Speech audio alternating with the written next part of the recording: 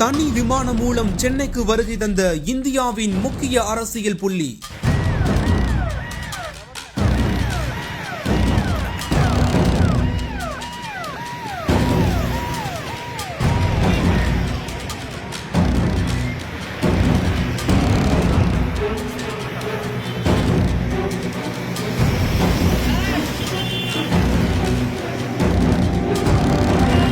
பலத்த பாதுகாப்புடன் விமான நிலையத்திலிருந்து ஆளுநர் மாளிகைக்கு சென்ற காட்சிகள்.